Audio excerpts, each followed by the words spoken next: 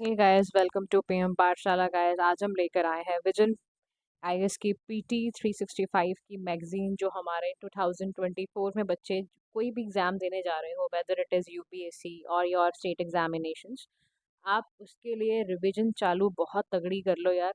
क्योंकि अब ज़्यादा टाइम रह नहीं गया है, जून जुलाई में आपके बहुत एग्ज़ाम्स हैं। तो आपकी रिवीजन डेली बेसिस पे बहुत अच्छी होनी चाहिए। तो गाइज़, ये ना एक क्विक रिवीजन सीरीज़ है। आज we have started the portion of science and tech, जो भी इम्पॉर्टेंट है हेल्थ वाले सेक्शन में ना। आज हमने साइंस एंड टेक का हेल्थ वाला सेक्शन उठाया है, ताकि जो भी पुरानी रिवीजन रही है उसको हम रिवाइज कर लें, राइट। मंथली मैगजीन जब आएगी तो विल स्टार्ट दैट टू, वो भी शुरू करेंगे ही करेंगे, बट आप पहले जो भी रिवीजन कर रहे हैं, क्योंकि देखो रिवीजन हमारी बहुत इंपॉर्टेंट की है किसी भी एग्ज़ाम को क्लियर करने की। क्योंकि हम बहुत नया नया फ्रेश फ्रेश पढ़ते जाएं और रिवाइज कुछ भी ना करें, तो वो फिर आपको एग्ज़ाम में बहुत चीज़ें भुलवा देगा। तो ऐसे क्विकली रिवीजन करते हैं हेल्थ वाले सेक्शन में, जो इम्पोर्टेंट सेक्शंस हैं that I am going to deal with you guys. आज हम उठा रहे हैं सबसे पहला टॉपिक, नॉन कम्युनिकेबल डिजीज। देखो, न्यूज़ में इसलिए रहा था क्योंकि ministry of health and family welfare ने एक चीज़ रिलीज करी, गाइडलाइंस दी, स्ट्रैटेजिक ऑपरेशनल गाइडलाइंस 2023 से 30 तक। क्योंकि देखो, ये बड़ा ना इम्पोर्टेंट इनिशिएटिव होता जा रहा है, क्योंकि ना देखा जा रहा है कि ना लोग जो 75 मिलियन लोग हैं ना, अब देखो स्टेटमेंट ऐसे ही चुराई जाएगी, समझ रहे हो। तो 75 मिलियन पीपल जो है उनको हाइपरटेंशन एंड डायबिटीज है। मतलब उनको स्टैंडर्ड केयर देनी ही पड़ेगी बाय 2025 तक, हमें उनको केयर ये वाली देनी ही देनी पड़ेगी। समझ रहे हो बात को। फिर सशक्त पोर्टल है, उसमें ट्रेनिंग की जा रही है, 40,000 primary health care medical officers को दी जा रही है। समझ रहे हो, तो इसके तहत ये सब काम किए जा रहे हैं। सवाल ये उठता है कि एनसीडीएस क्या है। नॉन कम्युनिकेबल डिजीज और कम्युनिकेबल डिजीज में फर्क पता होना चाहिए। देखो, कम्युनिकेबल डिजीज जो बहुत ज़्यादा हाईली इन्फेक्शियस है, जैसे कुछ पैथोजेंस वगैरह हो गए, वायरस के तहत, बैक्टीरिया के तहत, है ना। और कम्युनिकेबल है तो can not be pass down from one generation to another, ऐसे नहीं जाती है, बट अल्टीमेटली इन्फेक्शियस होती है और इमिडिएटली डेवलप हो जाती है, एक्यूट होती है। और जैसे आप एग्जाम्पल के फॉर्म में कह सकते हो कि ट्यूबरक्लोसिस और मलेरिया जो है वो आपका कम्युनिकेबल डिजीज का पार्ट है। नॉन कम्युनिकेबल में पता है क्या होता है, जैसे कोई एलर्जी हो गई, है ना, या आप ठीक से न्यूट्रिशन नहीं खाते हो तो आपको कुपोषित हो गए, तो माल न्यूट्रिशन की प्रॉब्लम हो गई, या कोई आपकी ना इंटरनल फैक्टर्स की वजह से कोई इलनेस हो रही है, आपके लाइफस्टाइल चेंज, सराउंडिंग चेंज होने से ना आपके जो एबनॉर्मल सेल की ग्रोथ हो रही है, ठीक है, तो यहाँ पे कोई ट्रांसमिटिंग एजेंट नहीं होता, बट हाँ, ये जनरेशन टू जनरेशन इनहेरिट की जा सकती है। एग्जाम्पल के तौर पर अस्थमा अगर आपके किसी जनरेशन में रहा है, तो हो सकता है उसका जीन्स कैरी करके आपके पास भी आ जाए। या अल्जाइमर डिजीज सुना होगा, हाइपरटेंशन सुना होगा। तो ये सारे के सारे over a period of time develop हो जाता है और बहुत समय तक चलता है, तो इसके लिए आपको एक surgical specialize treatment non communicable disease के लिए लेना ही पड़ता है। तो याद रखो, इसीलिए ना हमने प्रोग्राम चलाए हैं, national programme for prevention and control of cancer, diabetes and cardiovascular disease, stroke करके इसको रीनेम करके डाला गया है, ताकि ना जो भी पल्मोनरी डिजीज या अस्थमा से कुछ प्रॉब्लम में हो, फैटी लीवर वाला इशू में हो, तो उनको ठीक किया जा सके। अब क्या था, नॉन कम्युनिकेबल डिजीज के बारे में बात कर रहे हैं।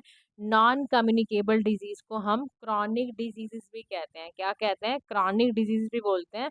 बहुत लंबे समय तक चलती हैं ये, क्योंकि जेनेटिक फैक्टर, फिजियोलॉजिकल, एनवायरनमेंट और बिहेवियरल फैक्टर मौजूद होते हैं। इसमें अगर एग्जाम्पल लोगे तो देखो जी, कैंसर जो है वो भी एक बहुत बड़ा आपका नॉन कम्युनिकेबल डिजीज का ही पार्ट है। हाइपरटेंशन है, मोटापा है, डायबिटिक है, क्रॉनिक रेस्पिरेटरी डिजीज है, ये सारे के सारे नॉन कम्युनिकेबल डिजीज है। याद रखना, इसकी वजह से 2016 तक में देखा जाता है कि 61.8% लोगों की 2016 में डेथ हुई थी। किसकी वजह से? नॉन कम्युनिकेबल डिजीजेस की वजह से। इंडिया ने इसके लिए इसीलिए एक्शन लिया है कि 2025 तक हमारा एम है कि हम number of global premature death जो नॉन कम्युनिकेबल डिजीज से होती है वो 25% बाय 2025। ये डेटा बिल्कुल मिस मत करना, क्योंकि वो हो सकता है वो 27% कर दे 2025, तो 2025 तक 25% हमें रिडक्शन करना है। इसके लिए एक हमने फिट इंडिया मूवमेंट ने वो भी चलाया है by ministry of youth affairs and sports, ठीक है। तो हमें ये सारे पॉइंटर्स ध्यान में रखने हैं। नेक्स्ट आप चलते हो ट्यूबरक्लोसिस में, तो आपको पता है हर साल ग्लोबल ट्यूबरक्लोसिस रिपोर्ट निकालता है डब्ल्यूएचओ। 2023 में भी निकाली थी। तो सबसे पहले टीबी का ध्यान रखना। ये कॉज कैसे होता है, बैसिलस माइक्रोबैक्टीरियम के तहत होता है, और ये लंग्स को जाके सीधा अफेक्ट मारता है। और कह रहा है कि जो दूसरे तरह के बॉडी के पार्ट्स को भी अगर अफेक्ट मारता है तो वो एक्स्ट्रा पल्मोनरी टीबी होता है, जैसे गैस्ट्रो इंटेस्टाइनल है, स्केलेटल है, लीवर पे भी होता है। तो कह रहा है कि सारे मेडिकेशंस दिए जाते हैं, जैसे रिफामिन करके है ना, आइसोनाइज करके इस तरह की मेडिसिन दी जाती हैं। तो ये ना लाइसेंस वैक्सीन है, क्योंकि आपकी बीसीजी जो होती है वो लाइसेंस वैक्सीन है टीबी प्रिवेंशन के लिए। और it prevents extra pulmonary TB but not pulmonary TB, ये भी ध्यान रखना। बीसीजी जो वैक्सीन है जो कि लाइसेंस्ड है, वो एक्स्ट्रा पल्मोनरी टीबी को तो प्रिवेंट करती है, बट वो पल्मोनरी टीबी को प्रिवेंट नहीं करती है। तो टीबी मुक्त भारत के लिए ईयर याद रखना 2025 जो कि आने वाला है, इसीलिए आई एम टेलिंग यू, जो ऐसे फैक्ट्स आ रहे हैं ना उसको कहीं पे नोट कर लो, ताकि पेपर में पूछेगा जरूर इस बारी, क्योंकि 2025 नेक्स्ट ईयर ही है। तो इसीलिए अपनी प्लानिंग उस हिसाब से ही करना कि नेशनल स्ट्रैटेजिक प्लान बनाए जा रहे हैं फॉर ट्यूबरक्लोसिस एलिमिनेशन 2017 से 2025 का, याद रखना 2017 से 25 तक का प्लान था। टीबी मुक्त पंचायत अभियान इनिशिएटिव, निक्षय पोषण योजना, ये सारी की सारी दी गई थी। और अंडर इट निक्षय मित्रा के तहत ही कुछ एडिशनल सपोर्ट देना, find treat all, hashtag end TB के प्रोग्राम्स बहुत चलाए गए हैं। Moscow Declaration also deals with the urgent action in order to end TB by 2030। अब सोचो वो मॉस्को डिक्लेरेशन डायरेक्टली पूछ के एक स्टेटमेंट ये भी दे दें कि 2025 तक ही। आप कंफ्यूज हो जाओगे कि इंडिया में तो एलिमिनेशन 2025 तक है, नहीं। ग्लोबली जो है WHO ने कसम दिलाई कि भैया 2030 तक तो बिल्कुल खत्म कर दो ट्यूबरक्लोसिस को। ठीक है, BPL 6 मंथ का एक उन्होंने चलाया जिसके तहत भाई एंटीबायोटिक्स वगैरह दी जानी चाहिए, लाइक दैट। ठीक है, तो ये इंपॉर्टेंट पॉइंटर्स जरूर याद रखने हैं। Now let's move directly to the sickle cell disease. आपको पता है ना, ये हाईली इतनी वैसी बीमारी है, रेयर डिजीज के अंदर आती है, जो जेनेटिक कंडीशन में बच्चे के बर्थ के समय मौजूद हो जाती है। मतलब कोई ऐसा रिसीव हुआ है जीन बच्चे को जिससे एबनॉर्मल हीमोग्लोबिन कोड शुरू हो गए हैं बनने। दोनों पेरेंट्स में से अगर किसी के पास भी सिकल सेल के ट्रेट होते हैं तो वो फिर बच्चे में जाएगा ही जाएगा ना। तो यहाँ पर यूएस ने अप्रूव करा है कि सिकल सेल जो डिजीज है उसमें क्रिस्पर अगर जेनेट जीन थेरेपी दी जाएगी तो पेशेंट को ट्रीट किया जा सकता है। तो यहाँ पर क्या हुआ कि कासगिवी एंड लाइजेनिया थे, उसको first cell based gene therapy दी गई और अप्रूव करा गया सिकल सेल डिजीज के लिए। वो पेशेंट 12 साल की थी। इंडिया में इसके लिए national sickle cell anaemia elimination mission लाया जा रहा है। अब सिकल सेल में समझते हो ना क्या होता है, देखो नॉर्मल रेड ब्लड सेल ऐसा होता है, सिकल सेल में जैसे सिकल नहीं होता है, देखो सिकल का मतलब आप समझते हो ना क्या होता है, तो सिकल जैसे ये दिखने लग जाते हैं बेसिकली। तो इसीलिए यहाँ पर ना इसी इसकी ना ये हीमोग्लोबिन की जो ये इस तरह से एबनॉर्मल ग्रोथ दिखाते हैं यहाँ पर, जैसे दराती वगैरह आपने कभी अगर देखी होगा इस तो ना अ, उस तरह का जैसे एग्रीकल्चर के समय नहीं देखते हो आप, एग्रीकल्चर करते हैं समय ना जो फार्मर्स यूज करते हैं, उस तरह के सिकल वहीं से नाम आया है। क्योंकि हीमोग्लोबिन डिसऑर्डर है, इसमें आपका क्या होता है, ब्लड इतना खराब हो जाता है, ऐसा ब्लड आपने लिया है, इनहेरिट करा है जो ऑक्सीजन को कैरी नहीं कर रहा बॉडी में। तो सोचो आप क्या हाल होगा। फिर इससे स्ट्रोक, आई प्रॉब्लम, इन्फेक्शन वगैरह बहुत होते हैं। इसका सिम्टम ध्यान रखना, jaundice, liver and spleen enlargement हो जाती है। फिर इंडिया में जो सिकल सेल डिजीज़ है ये ज़्यादातर ट्राइबल पॉपुलेशंस में होती है, क्योंकि ट्राइबल के एरिया के लोगों को वहाँ पे मलेरिया बहुत जल्दी होता है। मलेरिया वगैरह से जब डेथ वेथ होती है इवोल्यूशन करते हुए, इनका आरबीसी ना बिल्कुल सिकल सेल की शेप में होने लगा था। इसका क्योर करने का जो तरीका है स्टेम सेल या बोन मैरो ट्रांसप्लांट ही होता है, वो ओनली क्योर है फॉर द डिजीज। ठीक है, ध्यान रखना। तो इसीलिए इंडिया ने जो ये चलाया है, याद रखो, इंडिया ने national sickle cell anaemia elimination programme में बोला है कि हम ना अफोर्डेबल और एक्सेसिबल केयर देंगे और कोशिश करेंगे पूरी कि एलिमिनेट कर दें सिकल सेल डिजीज को 2047 तक, जब हम 100 ईयर्स के होंगे। ऐसे याद रखना हर एक डिजीज के बारे में। 3 पिलर्स बताए कि हम ना हेल्थ प्रमोशन, प्रिवेंशन और हॉलिस्टिक मैनेजमेंट के साथ काम करेंगे। बेनिफिशियरी जो होगी वो 0 to 18 ईयर्स की होगी और एंटायर पॉपुलेशन जो है वो 40 ईयर्स की रहेगी। तो ऐसे इसमें चलाया जा रहा है। ठीक है, हीमोग्लोबिन के लिए यहाँ पर एक तरह से पता है ना आपको हीमोग्लोबिन क्या होता है, आयरन कंटेनिंग प्रोटीन होते हैं जो ब्लड्स होते हैं एनिमल्स में, जो ऑक्सीजन को ट्रांसपोर्ट करने में हेल्प करते हैं, लाइक दैट। ठीक है, एक इसमें साइट्स होता है, ये भी सेल के अंदर सेल होता है, कार्टिलेजेस बने होते हैं और बोन्स के साथ वो कनेक्ट करते हैं टिश्यूज को। ठीक है, इसका फंक्शन यही होता है हेमोग्लोबिन को ऑक्सीजन पहुंचाना, सर्वाइवल, ये सब। ठीक है, now directly move to the rare disease. पहली बार ministry of health and family welfare ने जेनेरिक ड्रग्स को 4 रेयर डिजीज को ट्रीट करने में लगाया है। अब आपके पास डायरेक्टली आपको नहीं लगता क्वेश्चन आ जाएगा? क्योंकि गाइस हेल्थ ना बड़ा इंपॉर्टेंट पैरामीटर है, उस पर क्वेश्चंस कहीं से भी पूछे जा सकते हैं। Be very very careful about it. जैसे कि आपकी टैरोसिनेमिया टाइप 1 है, गॉशर डिजीज है, विल्सन डिजीज है, ड्रॉवेट वाली है, ये सारे के सारे में रेयर डिजीज जानते हो क्या होता है? ये है सीधा कि 1000 पॉपुलेशन में अगर किसी एक व्यक्ति या उससे कम व्यक्तियों को हो रहा है तो समझ लेना चाहिए कि रेयर डिजीज है। जेनेटिक नेचर होती है ज़्यादातर, 5% वर्ल्ड वाइड पॉपुलेशन में होती है ये। तो रेयर डिजीज के लिए हमने national policy for rare disease 2021 से तैयार कर रहे हैं अम्ब्रेला प्रोग्राम के तहत, जिसमें हम इसमें क्योर करने की पूरी कोशिश करेंगे इसको। Now next topic is fix dose combination drugs. इसमें क्या है, सेंट्रल ड्रग जो स्टैंडर्ड कंट्रोल ऑर्गेनाइजेशन है वो कंडीशनल नोट देगी for sale of 5 fix dose combinations. Active pharmaceuticals के इसमें इंग्रेडिएंट्स होंगे, बायोलॉजिकली एक्टिव कंपोनेंट होंगे, इसमें रिड्यूस कॉस्ट ताकि जो लॉजिस्टिक्स कॉस्ट है वो कम की जाए, और एंटी माइक्रोबियल रेजिस्टेंस करने के लिए ये सारी चीज़ें ज़रूरी हैं, इसीलिए प्लान बनाया गया है। और let's move to the generic drugs. Generic drug समझते हो, एक ऐसा मेडिकेशन जो आप अपने ही ब्रांड नेम द्वारा मार्केट करोगे। तो ministry of health and welfare ने सभी डॉक्टर्स को, जितने गवर्नमेंट डॉक्टर्स को अलर्ट में डाला है, भाई साहब जितनी भी मेडिसिन प्रिस्क्राइब करोगे वो जेनेरिक होनी चाहिए, हमारे देश की होनी चाहिए। उसमें ब्रांड नेम मार्केटेड करने की जरूरत नहीं है कि अपने कमीशन कमाने के चक्कर में आप करोगे। तो ऐसा क्यों करा जा रहा है? ताकि सेफ्टी, स्ट्रेंथ, क्वालिटी, परफॉर्मेंस हमारे मेडिसिन की रहे, तो महंगी भी नहीं होती ना। देखो जेनेरिक ड्रग, देखो फर्क देख लो, ब्रांडेड ड्रग्स और जेनेरिक ड्रग में सबसे बड़ा फर्क होता है पेटेंटेड नहीं होती हैं जेनेरिक ड्रग, ये चीपर होती हैं।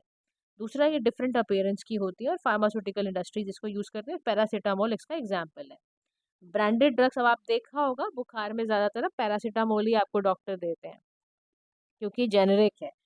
ब्रांडेड में पेटेंट चलता है, कॉस्टली होती हैं, यूनिक लुक होती है इनकी, इनोवेटर कंपनीज को लेकर आती है। एग्जाम्पल के तौर पर क्रोसिन है। तो इंडिया ने इसीलिए बहुत सारे कमीशंस के साथ इस पे काम करना शुरू करा है, ताकि जेनरिक मेडिसिन को ही हमारे देश में लेकर आया जा सके। आईसीडी है तो याद रखो, इसका फुल फॉर्म होता है इंटरनेशनल क्लासिफिकेशन ऑफ डिजीज। ठीक है, इसमें क्या करता है, इसका काम होता है रिकॉर्ड करना, रिपोर्ट करना, एनालाइज करना, मोर्टेलिटी और मॉर्बिडिटी के डेटा को चेक करना पूरी तरह से। राइट, तो ये इसका काम है। इसका सिग्निफिकेंस जानते हो क्या होता है? ये होता है कि डायग्नोस्टिक तरीके का पता चलता है, मेडिकल कंडीशन आपके देश में कैसी है, फिर उसको आप इंटरनेशनली कवर करते हो, चेक करते हो, कंपेयर करते हो। ठीक है, फिर next topic is food fortification. Food fortification का सीधा सा मतलब समझ लो कि आप न्यूट्रिशन बढ़ाना चाहते हो, आप चाहते हो आपके बच्चे या आपके जितने भी यूथ पॉपुलेशन है, या अभी नॉर्मल पॉपुलेशन भी है, या ओल्ड एज पॉपुलेशन भी है, तो उनमें न्यूट्रिशन की कमी ना हो, इसीलिए फूड में हम फोर्टिफाई करते हैं। तो food safety and standard authority of India ने एक ड्राफ्ट बनाया फूड सेफ्टी एंड स्टैंडर्ड का, और नोटिफाई करा कि भाई देखो जी फूड सेफ्टी एंड स्टैंडर्ड चलेगा, और इसमें बोला कि भाई माइक्रो न्यूट्रिएंट और मैन्युफैक्चर करना है आपको फोर्टिफाइड राइस कर्नल्स वगैरह। अब माइक्रो न्यूट्रिएंट्स क्या ऐड करे जाते हैं? आयरन ऐड किया जाता है, विटामिन B9 इसको फॉलिक एसिड कहते हैं, विटामिन B12, ये सारे के सारे फोर्टिफाई करे जाते हैं, सप्लीमेंट डाले जाते हैं, ताकि न्यूट्रिशन बच्चे के अंदर या जो भी खा रहा है उसके अंदर न्यूट्रिशन जाए। ठीक है, तो बेनिफिट क्या होगा, मैंने आपको बताया ही, एनीमिक हम कंट्री हैं, ये एनीमिक माल न्यूट्रिशन भी है हमारी कंट्री में, तो हम चाहते हैं उसको कॉस्ट इफेक्टिव तरीके से ख़त्म करना। हम चाहते हैं कि भाई जितने भी ये गॉइटर, इस तरह के ब्रेन डैमेज डिजीज होती हैं फोइटल में बच्चे के अंदर ही, जो बच्चा पैदा ही हुआ है, वो सारी डिजीज खत्म हो। तो आयरन फोर्टिफाइड राइस खाने से पता है क्या होगा, is likely to be harmful for patient in home way there is already iron का जिसमें बहुत ओवरलोडेड है, वो ना खाएं। थैलेसीमिया में, जो सिकल सेल एनीमिया में जो बच्चों कोई कोई डिजीज से अगर सफ़र कर रहा है, तो उसको फोर्टिफाइड राइस आयरन वाला नहीं खाना चाहिए। बाकी इसके लिए हम सक्ष फोर्टिफाइड चीज़ें जाएँ, फोर्टिफाइड राइस जाए, तो उसका पोषण 2.0 है, सेंट्रली स्पॉन्सर्ड आपके कई सारे पायलट प्रोग्राम्स हैं लाइक दिस। ठीक है, ऐसे किया जाता है। बायो फोर्टिफिकेशन में कुछ नहीं कर रहे, बेसिकली आप फूड क्रॉप्स के अंदर ना ब्रीडिंग न्यूट्रिएंट के सामने ही इस तरह से फर्टिलाइज कर रहे हो सॉइल को, है ना, बायोटेक्नोलॉजी का इस्तेमाल कर रहे हो ताकि वो और ज़्यादा न्यूट्रिशन वाली हो जाए। ट्रांस फैट क्या होता है? देखो, trans fat basically unsaturated fat है, जो आप क्या करते हो, वेजिटेबल ऑयल से प्रोड्यूस करते हो। यार कॉमनली क्या होता है इसकी प्रिपरेशन में, मार्गेन या कमर्शियली बेक्ड फ्राइड फूड जब आप खाते हो ना, तो वहाँ मिलता है ये trans fat. Highly non communicable disease होती है इसकी वजह से। तो क्या हुआ, WHO ने बोला भैया कुछ भी करो, ट्रांस फैट का एलिमिनेशन करना ज़रूरी है, तो इसके लिए डेट रखी है। WHO ने रिप्लेस करा trans fat free by 2023 strategy. अब प्लेज लेने को बोला है कि ना कोशिश करो यार 2% ट्रांस फैट को ख़त्म करो। इसीलिए हम ईट राइट मूवमेंट चला रहे हैं। जो खा रहे हो उसमें देख तो लो। तो ये बहुत ज़रूरी है। जैसे देखते नहीं हो आप लोग, कोई समोसे तल रहा है फिर उसी तेल में, फिर दोबारा उसी तेल में, तो ट्रांस फैट बनने लग जाता है। और फिर वो जाके आपको हार्ट अटैक, ये सब कोरोनरी डिजीज आपको देता है। Be very careful. ठीक है, सैचुरेटेड फैट क्या होता है, वो जब खाने में मिलता है एनिमल्स वगैरह, मीट डेयरी के प्रोडक्ट्स में मिलता है ना, तो ये जब आप उसको बहुत ज़्यादा फ्राई फ्राई कर देते हो ना, उसका बिल्कुल आप उजाड़ कर देते हो, अनहेल्दी बना देते हो, तब सारा फिर वो अनसैचुरेटेड फैट में कन्वर्ट होता रहता है। Next is non sweet sugar sweeteners है। WHO ने यहाँ पर भी रखा भाई, जितने भी ये नॉन शुगर स्वीटनर्स का एस्पर्टेन जैसे कि, ये बहुत खराब है इंसान के लिए। कह रहा देखो समझ लो, पहले नॉन शुगर स्वीटनेस का मतलब है कि आपको कोई कैलोरी नहीं मिलेगी हाई स्वीटनेस खाने से। जैसे टेबल शुगर है, फ्रूट जूस आप करते हो ना, सब में बहुत गंदी तरह से फ्लेवर्स डाले हुए होते हैं, सिंथेटिक होते हैं। और ये कह रहे देखो बहुत सारे बेवरेजेस में, फ्रोजन डेजर्ट में, योगर्ट में मिलता है। कह रहे शुगर फ्री का लेबल लगा के आपको इतना ज़्यादा ये स्वीटनेस खिला रहे हैं। कह रहे जैसे एस्पर्टेम होता है ना, इसमें मिथाइल एस्टर होता है। अब इसमें एमिनो एसिड भी है, एस्पार्टिक एसिड वगैरह डले हुए हैं स्वीटनेस इनहांस करने के लिए, ये ऐसा कर देते हैं। तो कह रहे हैं ये सारे के सारे जो है ना, अल्टीमेटली ये नॉन शुगर स्वीटनर्स हैं, चाहे वो सक्रोलोज है, न्यूटेम है, ये सारे के सारे अल्टीमेटली आपके लिए बहुत खराब है इंसान के लिए। Next topic is about codex alimentarius commission है। इंडिया ने प्रपोज करा है कि भैया हम ना, आपको पता है 2023 मिलेट ईयर था, बिल्कुल याद रखना। तो इसमें हमने फिंगर मिलेट, ये प्रोसो कोडो मिलेट्स को ग्रुप स्टैंडर्ड कराया गया है। और इसमें ग्रुप स्टैंडर्ड का मतलब है कि 8 क्वालिटी पैरामीटर्स पे इसको लिमिट करा जाएगा, मॉइस्चर कंटेंट ये सब देखा जाएगा कोड के थ्रू। मतलब ये ना कोड के थ्रू बनेगा ताकि हेल्थियर रहे खाना, है ना। इंटरनेशनली हमने इसको इंटरनेशनल स्टैंडर्ड्स पर बनाया है ताकि हमारी ईटिंग प्रैक्टिस अच्छी हो। ऑर्गन एंड टिश्यू ट्रांसप्लांटेशन में चलोगे तो देखो जी, national organ and tissue transplantation organisation ने ऑर्डर किया एक inquiry, cash for kidney racket case. NOTTO क्या है, ये कोऑर्डिनेशन करता है, नेटवर्क करता है ऑर्गन ट्रांसप्लांटेशन एक्टिविटीज को। Ministry of family and health welfare इस पे काम कर रही है। ट्रांसप्लांटेशन का देखो सीधा सा मतलब है, एक सर्जिकल प्रोसीजर है जिसमें organ tissue group of cells को रिमूव किया जाता है डोनर का, और रेसिपिएंट का लगाया जाता है ताकि वो सही उसके पास चला जाए। किडनी है या पैंक्रियास का पोर्शन है, ये सब लिविंग डोनर के can be donated by living donor कर सकता है। टिश्यू ट्रांसप्लांटेशन में क्या होता है, जैसे आई है, स्किन बोन है, इसमें आपको टिश्यू ट्रांसप्लांट करना पड़ता है। एक आपको मतलब देखो कंपैटिबिलिटी चेक करके कि इंडिया में कौन लिविंग डोनर होता है, ये ध्यान रखना। 18 साल से कम उम्र का नहीं होना चाहिए लिविंग डोनर अगर कुछ डोनेट कर रहा है तो। डिसीज अगर डोनर है जो मर चुका है, तो वो भी 18 साल से के अंदर अंदर हो, 18 साल से ऊपर का होना चाहिए। कंसेंट उसके पेरेंट्स की होनी चाहिए, समझ रहे हो। तो उसकी बिना कंसेंट के नहीं होता है ट्रांसप्लांटेशन, वाला लॉ लग जाएगा आपके पास। तो ये ध्यान रखना। इसके बाद ई सिगरेट्स का आया, तो WHO ने देखो अर्जेंट एक्शन बोला कि ये बच्चे बहुत ई सिगरेट पी रहे हैं। और ई सिगरेट का मतलब समझते हो, बैन इंडिया में 2019 में लगा था बाय दैट एक्ट, पीका एक्ट 2019। क्योंकि हार्मफुल पता है क्यों है ई सिगरेट, इसमें निकोटिन बहुत है। फ्लेवर जो डालते हैं डाइसिटिल, वो भी बड़ा खतरनाक है। वॉलेटाइल ऑर्गेनिक कंपाउंड है, इससे कैंसर हो रहे हैं केमिकल्स की वजह से। हैवी मेटल्स खा रहे हो आप। अभी मैगी में एडलेट निकला था तो मैगी वालों को ले ली थी ना, मैगी सारी बैन कर दी थी उस टाइम के लिए। आप वही अपनी बॉडी में ई सिगरेट्स के थ्रू ले रहे हो, तो वो फिर देख लो आप। ई सिगरेट्स का मतलब साफ है कि आप क्या कर रहे हो, इलेक्ट्रॉनिक डिवाइसेस सब्सटेंस को हीट करते हो। अब आप सोच रहे हो कि इसमें निकोटीन नहीं है, फ्लेवर नहीं है, तो सारे के सारे एरोसोल आप इनहेल करते हो, और वो सारे के सारे आपके लिए वेप वगैरह करके आप अल्टीमेटली अपने लंग्स को उजाड़ रहे हो। ठीक है, इनहेल आप गलत चीज ही कर रहे हो अल्टीमेटली। तो इससे क्या हो रहा है, इससे क्या हो रहा है, आप निकोटीन और लिक्विड्स वगैरह ले लेके अपने शरीर को खराब कर रहे हो। एक प्रैट इनिशिएटिव है पर preparedness and resilience for emerging threats. इसका काम था भाई कि अल्टीमेटली एक ऐसा प्लेटफॉर्म तैयार करना ताकि हमारी प्रिपरेशन रिलेटेड टू डिजीज, जो वेक्टर बॉर्न है, रेस्पिरेटरी डिजीज है, उसको हम ठीक कर पाएँ, टाइमली डिटेक्ट कर पाएँ। इसके बाद गए सीधा डिजीज है चिकनगुनिया के लिए ध्यान रखना। यूएस ने वर्ल्ड का पहला वैक्सीन निकाला है, इसका नाम है आईएक्स शीट करके। मॉस्किटो बॉर्न डिजीज है चिकनगुनिया वायरस, ट्रांसमिट आपको पता है मॉस्किटो एडिस एजिप्टी के थ्रू होता है। ये सारे जो मॉस्किटो होते हैं ये डे लाइट आवर्स में काटते हैं, ध्यान रखना। कैन बी पास। अगर प्रेग्नेंट वुमेन को चिकनगुनिया हुआ है तो उसके बच्चे पे भी, जो अनबॉर्न चाइल्ड है, उस पर भी जा सकता है ये। इसीलिए इंडिया ने नेशनल वेक्टर प्रोग्राम इसमें बनाया था। तो पूछा जा सकता है यूएस की जो फर्स्ट वैक्सीन आईएक्स चीक है वो किस डिजीज के लिए है, तो याद रखना चिकनगुनिया के लिए है। जिका वायरस के लिए पहला केस मुंबई में आया था। ये भी Aedes mosquito during the day होता है। सेम मॉस्किटो येलो फीवर भी ट्रांसमिट करता है। ठीक है, उसके बाद स्वाइन फ्लू है, H1N2 इसका फॉर्मूला ध्यान रखना। इसको H1N2 लिखते हैं, स्वाइन इन्फ्लुएंजा के तहत होता है। पिग्स के एक्सपोजर डायरेक्ट और इनडायरेक्ट की वजह से होता है। लंपी स्किन डिजीज पे तो बड़े क्वेश्चन आए हुए हैं। लंपी स्किन डिजीज का ध्यान रखना, 100 काउ से भी ज्यादा लंपी स्किन डिजीज मेघालय में गाय को हुई है। मतलब इतनी इन्फेक्टिव वायरल डिजीज है जिससे कैटल को बहुत अफेक्ट पड़ता है। कैटल को फीवर हो जाता है, उसकी स्किन पे कुछ कुछ होने लग जाता है, उसका मिल्क वो नहीं जितना दे पाती है। यानी देखो, हुआ ये ज्यादा पहले अफ्रीका में शुरू हुआ था, फिर मिडिल ईस्ट में फैला, फिर ईस्टर्न यूरोप में फैला और इंडिया में आ गया।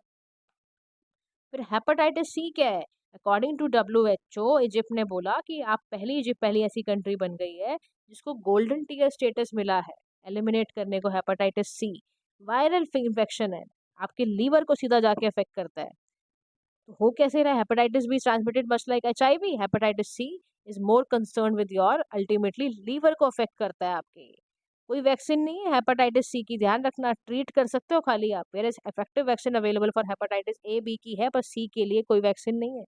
आपको एंटीवायरल मेडिकेशंस के तहत ही इसको ठीक करना होगा। फिर नीफा डिजीज तो आपने सुना होगा, केरला की जूनोटिक डिजीज है, एनिमल से ह्यूमंस में आती है। कंटेमिनेटेड डिजीज है, अगर आपका खाना जो है वो कंटेमिनेट हुआ तो फैल जाएगा आपके पास। तो जूनोटिक डिजीज में क्या होता है, जितने भी पैथोजेंस है, बैक्टीरिया है, पैरासिटिक है, इसके तहत इंसान में भी आ जाता है। फिर एवियन इन्फ्लुएंजा है, इसमें क्या होता है, आप मॉनिटर करते हो कि H9N2 करके ये है अल्टीमेटली, और ये ऐसा इन्फ्लुएंजा है जो आपको रेयर करके बर्ड फ्लू की तरह फैलता है और एंडेमिक है, पोल्ट्री और कई सारे एरियाज में देखा जाता है। गाइस, ये सारी आपकी इसमें डिजीज़ हैं जो इंपॉर्टेंट थी, वो मैंने आपको करा दी हैं। इसके अलावा कोई क्वेश्चन हो तो आप कमेंट सेक्शन में कर सकते हैं। Thank you so much for listening. Do like, share and subscribe to PM Pathshala. Have a nice day to all.